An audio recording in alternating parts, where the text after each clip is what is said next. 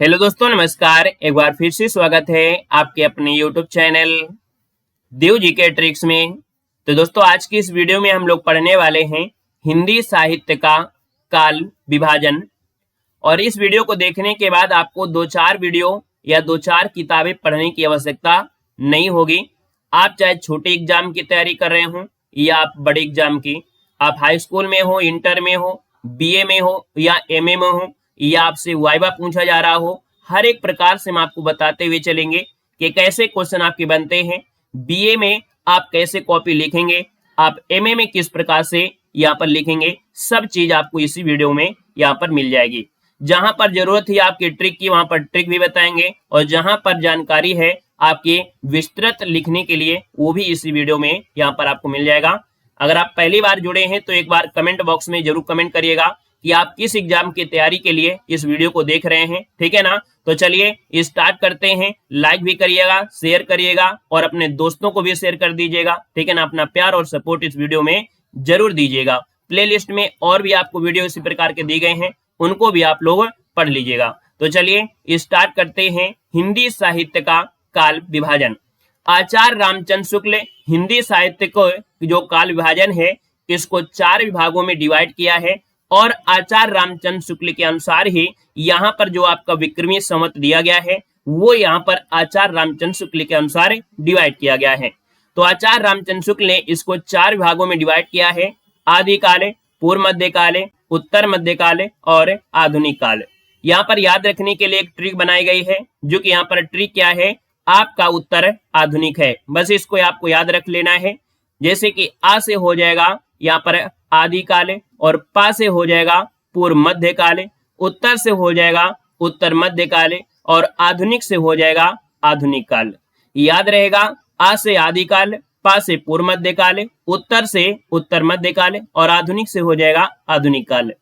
अब जब आप एमए में पहुंचते हैं तो एग्जामिनर आपसे वाइवा में पूछता है कि हिंदी साहित्य का जो काल विभाजन है उसको आप बताइएगा। तो ये ट्रिक से आपको याद रखना है। और एग्जामिनर आपसे ये भी पूछेगा कि जो आपका काल विभाजन है, इसका दूसरा और नाम क्या होता है। तो देखिए, आदि काल को वीरगाथा काल कहते हैं, पूर्व मध्य काल को भक्ति काल कहते हैं, उत्तर मध्य काल को रीत काल कहते हैं, और आधुनिक काल को गद्य काल कहते हैं। याद कैसे रखना है, तो देखो, आदि काल के जो लोग थे वो खाने पीने पर ज्यादा ध्यान देते थे, बहादुर होते थे, इसलिए कहेंगे आदि काल कैसे हैं, वीर गाथा काल, अर्थात वीर बहादुर, है ना। तो वीर गाथा काल हो जाएंगे। पूर्व के लोग जो आपके हैं वो भक्ति में लीन रहते हैं, तो आप कहेंगे पूर्व मध्य काल के क्या बोलेंगे, भक्ति काल कहेंगे। उत्तर मध्य में रीत रिवाज बहुत चलता है, तो आप कहेंगे उत्तर मध्य काल को क्या बोलते हैं, तो रीत काल कहते हैं। और आधुनिक काल जो चल रहा है ये गद्य काल का है, तो आपको इस प्रकार से याद रहेगा। आते हैं यहाँ पर, इनकी डेट को याद रखना है कि आचार्य रामचंद्र शुक्ल ने यहाँ पर जो हिंदी साहित्य का काल विभाजन किया है, तो आपके आदिकाल का जो समय सीमा है वो संवत 1050 से लेके 1375 विक्रमी संवत है। और इसके बाद 1375 को यहाँ पर देखिए अगले पॉइंट में लाते हैं, जो कि पूर्व मध्यकाल है। 1375 से लेके 1700 विक्रमी संवत आपका रहता है। इसके बाद उत्तर मध्य में आएंगे तो 1700 विक्रमी संवत से लेकर 1900 विक्रमी संवत आपका उत्तर मध्य काल होता है। और जब आधुनिक काल में आते हैं तो यही 1900 विक्रमी संवत से लेते हैं, तो आप कहेंगे सर यहाँ पर अब तक का जो समय है ये आपका किसका है, आधुनिक काल है। तो उम्मीद है कि इस पॉइंट से ढेर सारे क्वेश्चन बनते हैं, और जब आप कॉपी में लिखना चाहेंगे तो एक एक पॉइंट को अच्छे तरीके से आप लिखेंगे, है ना। और जो एग्जाम में क्वेश्चन बनते हैं वो भी हम आपको यहाँ पर बताते हुए चलेंगे। तो सबसे पहला पॉइंट होता है कि हिंदी साहित्य का इतिहास। पहला पॉइंट होता है कि हिंदी का जो प्रथम व्याकरण है, हिंदी का प्रथम व्याकरण जोशुआ केटलर ने लिखा था। किसने लिखा था, तो क्वेश्चन पूछेगा हिंदी का प्रथम व्याकरण किसने लिखा, तो जोशुआ केटलर ने लिखा। दूसरा पॉइंट है कि हिंदी साहित्य के इतिहास का लेखन का जो सर्वप्रथम प्रयास किया या लेखन की परंपरा का जो सूत्रपात किया था वो किसने, तो गरसा दत्तासी ने किया था। उन्होंने किसने, गरसा दत्तासी ने फ्रेंच भाषा में इस्तवार द ला लित्रेओ इंदुई ए हिंदुस्तानी नामक ग्रंथ की रचना किया। तो ये कौन सी भाषा में किया, फ्रेंच भाषा में किया था, याद रखना है। और अगला पॉइंट आपका दिया है कि शिव सिंह सरोज हिंदी भाषा में लिखा गया हिंदी का प्रथम साहित्यिक इतिहास ग्रंथ है, याद रखेगा। ठीक है ना। नेक्स्ट पॉइंट में आते हैं। नेक्स्ट पॉइंट आपका दिया गया है कि the modern vernacular literature of Hindustan कालक्रम के अनुसार लिखा गया हिंदी साहित्य का प्रथम इतिहास ग्रंथ है। याद रखिएगा, कालक्रम के अनुसार लिखा गया हिंदी साहित्य का प्रथम इतिहास ग्रंथ the modern vernacular literature of Hindustan है। नेक्स्ट पॉइंट आपसे दिया गया है कि हिंदी साहित्य के इतिहास को व्यवस्थित रूप देने का जो श्रेय जाता है वो किसको, तो आपके आचार्य रामचंद्र शुक्ल को जाता है।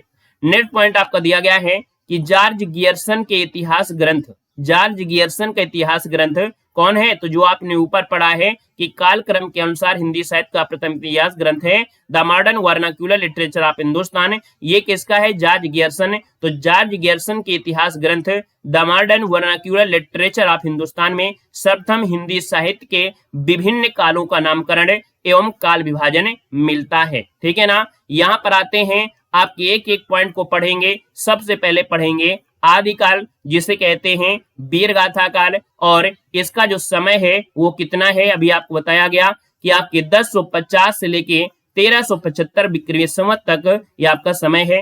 हिंदी के प्रथम कवि आपके कौन है, यहीं से क्वेश्चन बनता है। इसमें अलग अलग आपके क्वेश्चन बनते हैं, जैसा पूछा जाता है। यहाँ पर दे सकते हैं हिंदी का प्रथम कवि कौन है। इस संबंध में विवाद है। विभिन्न विद्वानों की दृष्टि से हिंदी के प्रथम कवि इस प्रकार हैं। अलग अलग विद्वान अलग अलग तरीके से मानते हैं।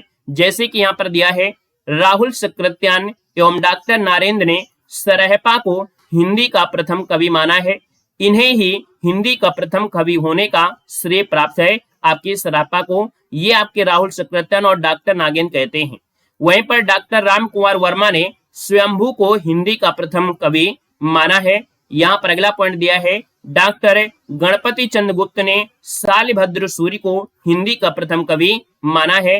नेक्स्ट पॉइंट है कि चंद्रदर्श शर्मा गुलेरी, जितना भी अगर आप बीए की कॉपी लिख रहे हैं, एमए की कॉपी लिख रहे हैं, जितने पॉइंट आपको याद हो सके उतना याद कर सकते हैं। 2-3 आप कह सकते हैं जो आपके कह सकते हैं कवि, उनको याद करके उनके अनुसार लिख सकते हैं। जैसे चंद्रदर्श शर्मा गुलेरी ने राजा मुंज को हिंदी का प्रथम कवि माना है।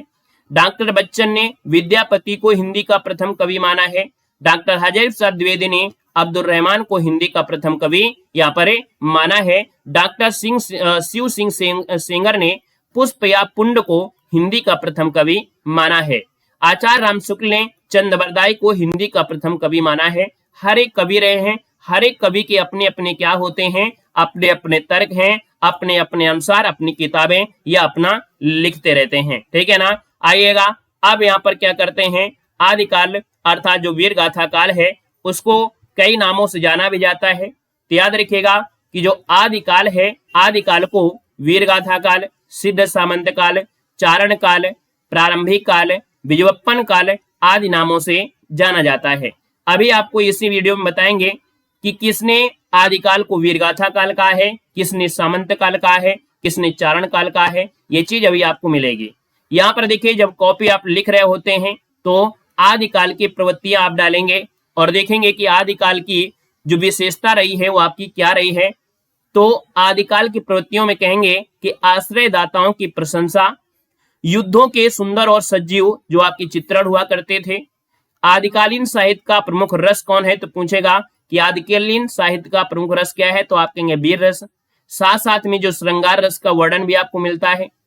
आदिकाल के समय देखा जाए तो आपकी जैसे सुंदर स्त्रियां होती थी, उनके कारण युद्ध हुआ करते थे, वही चीज आपको इसमें से बताया गया है। ऐतिहासिक के संदर्भ में कल्पना की प्रचुरता इसमें देखने को मिलता है।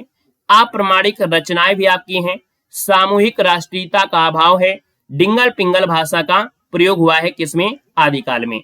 दोस्तों यहाँ पर देख सकते हैं आदिकाल का नामकरण करने वाले कुछ विद्वान हैं, जो कि आपके एग्जाम में चाहे छोटा एग्जाम हो, चाहे बड़ा एग्जाम हो, चाहे कंपटीशन हो, या आप किससे कॉपी अगर लिख रहे हैं, है ना, तो भी आप इसका अगर प्रयोग करते हैं, अगर लिखते हैं तो अच्छे नंबर आपको मिलेंगे भी। यहाँ पर देखो दिया है आदिकाल का नामकरण करने वाले विद्वान। आचार्य हजैब प्रसाद द्विवेदी ने, याद रखिएगा आदिकाल का नाम आदिकाल ही का है, ठीक है ना। तो आदिकाल को आचार्य हजैब प्रसाद द्विवेदी ने आदिकाल कहा है। आचार्य रामचंद्र शुक्ल ने वीर गाथा काल कहा है। वहीं पर विश्वनाथ प्रसाद मिश्र ने वीर काल कहा है। राहुल सक्रात्यान ने आदिकाल को सिद्ध सामंत काल कहा है। गणपति चंद्रगुप्त ने आदिकाल को शून्य काल कहा है।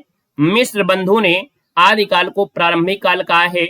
और महावीर द्विवेदी ने आदिकाल को बीजोत्पन्न काल कहा है। डॉक्टर राम कुंवर वर्मा है जिन्होंने आदिकाल को संधि काल या चारण काल कहा है। और जॉर्ज ए गियर्सन ने चारण काल कहा है। और मोहन अवस्थी और सुमन राज्य ने आधार काल की अभी हाल ही में जोड़ा गया, तो आप कहेंगे आधार काल यहाँ पर कहा है। तो यहाँ से डायरेक्ट क्वेश्चन आपके बनते हैं। अब आदिकाल के प्रमुख कवि हैं और उनकी रचनाएं हैं जो आपके हाईलाइट हैं, है ना, ज्यादा डार्क हैं, वो आपके बहुत बार एग्जाम में क्वेश्चन पूछे गए हैं, उनको भी याद रखना है। आदिकाल के प्रमुख कवि और उनकी रचनाएं देख सकते हैं, कवि दिया गया है और रचनाएं दिए गए हैं। दलपत विजय ये कौन से काल के हैं, तो ये आदिकाल के सभी आपके हैं। तो आदिकाल की प्रमुख रचनाओं में देखिए आपके जो हैं दलपत विजय, इनकी रचना है खुमार रासो, बहुत बार पूछा गया है। चंद्रबरदाई की जो आपकी रचना है वो आपकी पृथ्वीराज रासो है, जो कि एक बार नहीं हजारों बार एग्जामों में आपकी पूछी जा चुकी है। तो चंद्रबरदाई की रचना क्या है, तो आप कहेंगे पृथ्वीराज रासो है। कौन सी भाषा में है, तो आपकी ब्रज भाषा में है। नरपत नाले इनकी रचना है बीसल देव रासो, याद रखिएगा। जगनिक, और जगनिक की रचना है परमाल रासो, और परमाल रासो का दूसरा ही नाम क्या है, तो आलाखंड है। कभी कभी क्वेश्चन पूछ लेता है आलाखंड का दूसरा नाम, या पूछेगा परमाल रासो का दूसरा नाम, तो आप कहेंगे सर परमाल रासो का दूसरा नाम आलाखंड है। और इसके जो रचना है वो आपकी कौन है, जगनिक है। ये बिल्कुल स्टार वाला क्वेश्चन है, बहुत बार पूछा जा चुका है।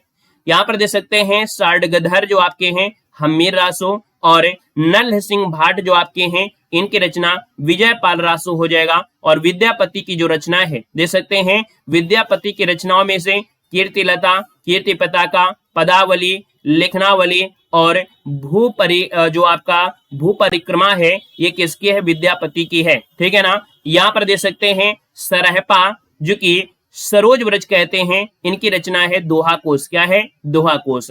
स्वयंभू की रचना है पौमचर्यो, है ना। यहाँ पर देख सकते हैं रिट्रेम चर्यो, और जिसे कहते हैं अरिस्टनेम कहते हैं। और स्वयंभू जो आपका छंद है ये आपकी किसकी है, स्वयंभू की है। वहीं पर अगला पॉइंट आपसे दिया गया है केदारनाथ भट्ट या भट्ट केदारनाथ, इनकी रचना का नाम है जयचंद्र प्रकाश, जो कि स्टार वाला क्वेश्चन है, याद रख लेना है।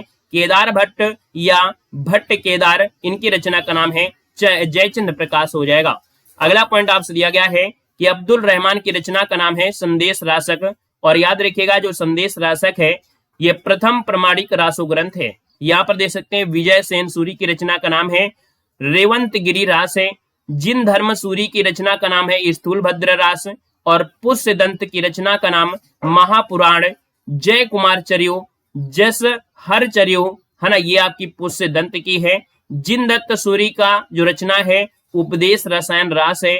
और देवसेन की रचना का नाम है श्रावकाचार। बाकी हमने आपको बताया था जो आपके हाईलाइट हैं वही सबसे ज्यादा क्वेश्चन पूछे गए हैं। बाकी अगर आप एमए की कॉपी लिख रहे हैं या बीए की कॉपी के लिए या बीए के पढ़ रहे हैं तो आप इनको जानकारी अच्छी तरीके से कर सकते हैं। जितना ज्यादा लिखेंगे उतना ही कॉपी भरेंगे, उतने आपको नंबर यहाँ पर मिलने वाले हैं।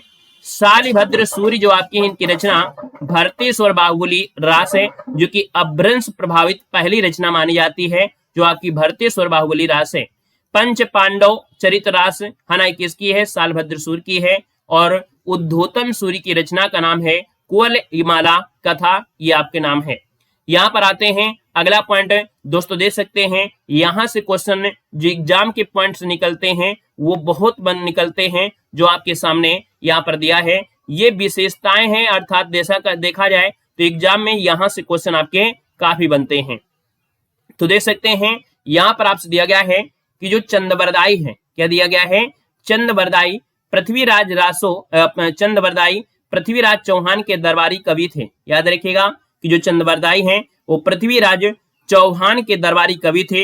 इनकी रचना पृथ्वीराज रासो को हिंदी का प्रथम महाकाव्य और इन्हें हिंदी का प्रथम महाकाव्यकार माना गया है। तो क्वेश्चन पूछेगा हिंदी का प्रथम महाकाव्य, तो आप कहेंगे सर यहाँ पर चंद्रबरदाई जो कि पृथ्वीराज चौहान। यहाँ पर देख सकते हैं अगला क्वेश्चन आपसे दिया गया है कि विद्यापति को अभिनय जयदेव की उपाधि से विभूषित किया गया है।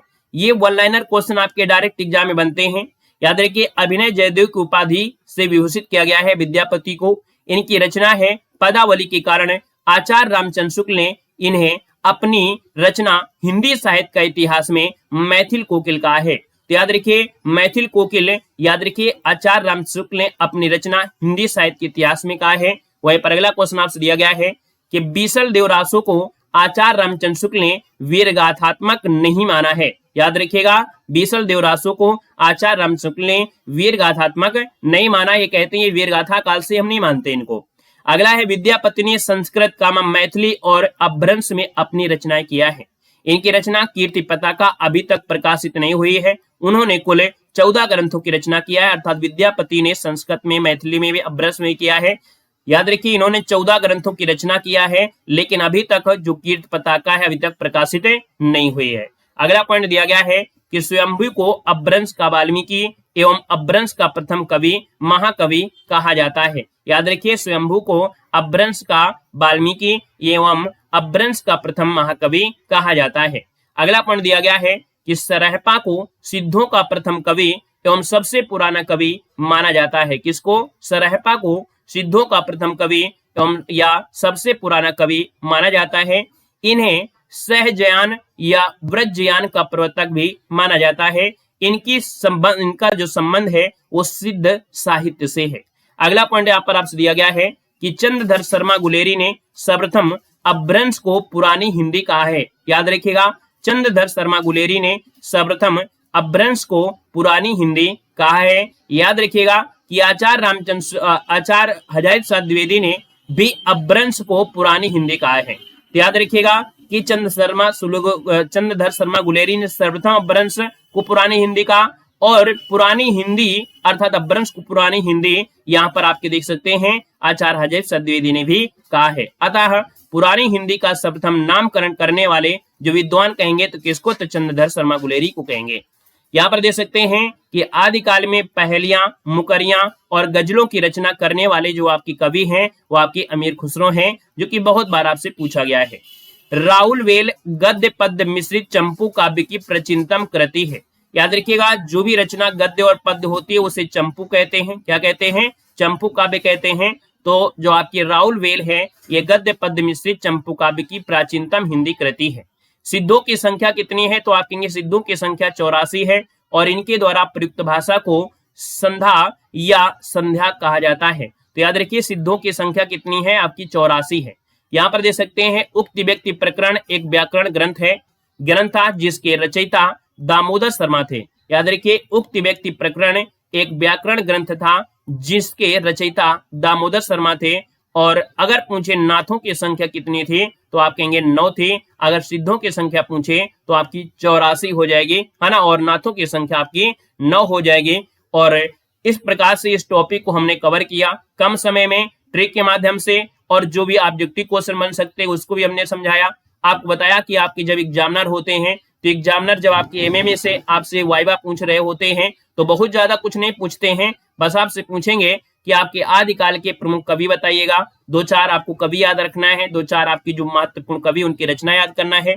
आदिकाल मतलब जो हिंदी साहित्य का काल विभाजन किया गया वो किस प्रकार से किया गया है, वो ट्रिक जो हमने बताया है आपका उत्तर आधुनिक है, उसी को याद रखना है। वाइवा में आपको पूरे के पूरे नंबर आपको मिल जाएंगे, क्योंकि एग्जामिनर और ज्यादा कुछ नहीं पूछता है। ठीक है ना, तो आज के लिए इतना रखते हैं। नेक्स्ट जो आपका वीडियो होगा उसमें पढ़ेंगे पूर्व मध्यकाल जिसे कहते हैं भक्ति काल, जिसकी समय सीमा है जो कि 1375 संवत से लेके आपके 1721 संवत, ये आपका जो समय है ये हम लोग नेक्स्ट वीडियो में पढ़ेंगे। वीडियो कैसा लगा आप लोग जरूर कमेंट करिएगा। आपने किस एग्जाम के लिए इस वीडियो को देखा है ये भी कमेंट करिएगा, और एग्जाम के किस दिन आप देख रहे हैं ये भी कमेंट में कमेंट कर दीजिएगा, और आप कहां से हैं ये भी आप लोग कमेंट बॉक्स में कमेंट कर दीजिएगा। तो दोस्तों आज के लिए इतना रखते हैं, मिलते हैं एक नए सेशन के साथ। सभी को धन्यवाद। जय हिंद, वंदे मातरम।